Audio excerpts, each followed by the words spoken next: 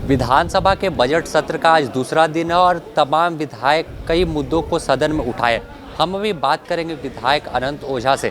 आप आज सबसे बड़ा जो मामला झारखंड में आंगनबाड़ी केंद्र का उधार पर चल रहा है, इस मामले में क्या कुछ आपने कहा और क्या जवाब उधर से आया? नहीं, देखिए, दिसंबर माह में भी यह मामला सदन में आया था और सरकार ने उसमें भरोसा भी दिया था, लेकिन लगातार सरकार के द्वारा झारखंड में विगत अप्रैल मई की बात हो या सितंबर अक्टूबर की बात हो, पूरे प्रदेश के अंदर जो आंगनबाड़ी केंद्र थे वह उधार बाड़ी केंद्र के रूप में धीरे धीरे विकसित हो रहे थे।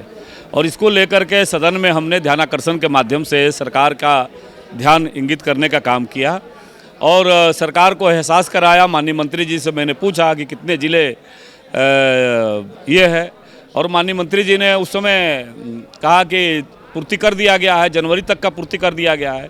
फिर हमने पूरक के माध्यम से पूछा कि आप बताएं कि कौन कौन ज़िले ऐसे हैं जहां पर जनवरी माह तक का पोषाहार की राशि दे दी गई है। तो फिर उन्होंने कहा कि नहीं, जल्द ही हम उसको निर्गत कर देंगे।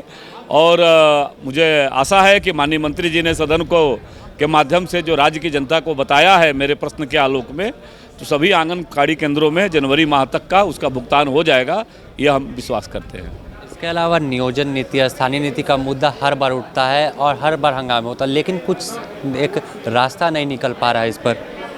नहीं, आपने देखा होगा कि आज हमने सदन में कार्यस्थगन के माध्यम से जो प्रदेश के युवाओं के सवाल थे, जो उनके रोजगार के सवाल थे, जिन वादे नारे दे करके वर्तमान पार्टी सत्ता में आई थी, उन नारों के को अभिव्यक्ति करने के लिए हमने सदन के माध्यम से सरकार से पूछा कि सरकार ये बताए कि नियोजन नीति कब तक सरकार लाएगी, जिसको माननीय विधानसभा अध्यक्ष जी ने सदन में पढ़कर सुनाया।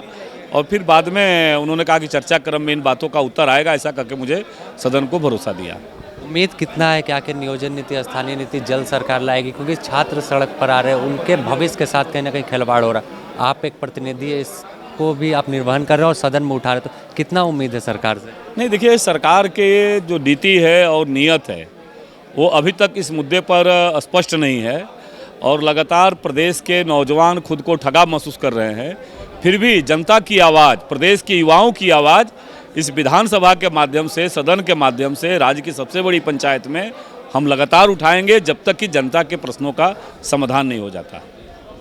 तो आपने सुना, यह विधायक अनंत ओझा थे। और जो नियोजन नीति हो या आंगनबाड़ी केंद्र का मामला, बता दें कि आंगनबाड़ी केंद्र में कई दिनों से पोषाहार का भुगतान नहीं किया है, जिस पर उधार पर केंद्र तमाम सेविका चलाने को मजबूर है।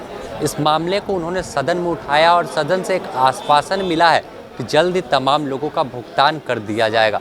फिलहाल द न्यूज़ पोस्ट में इतना ही। अपने सहयोगी संतोष कुमार के साथ Sameer, the news post, Ranchi.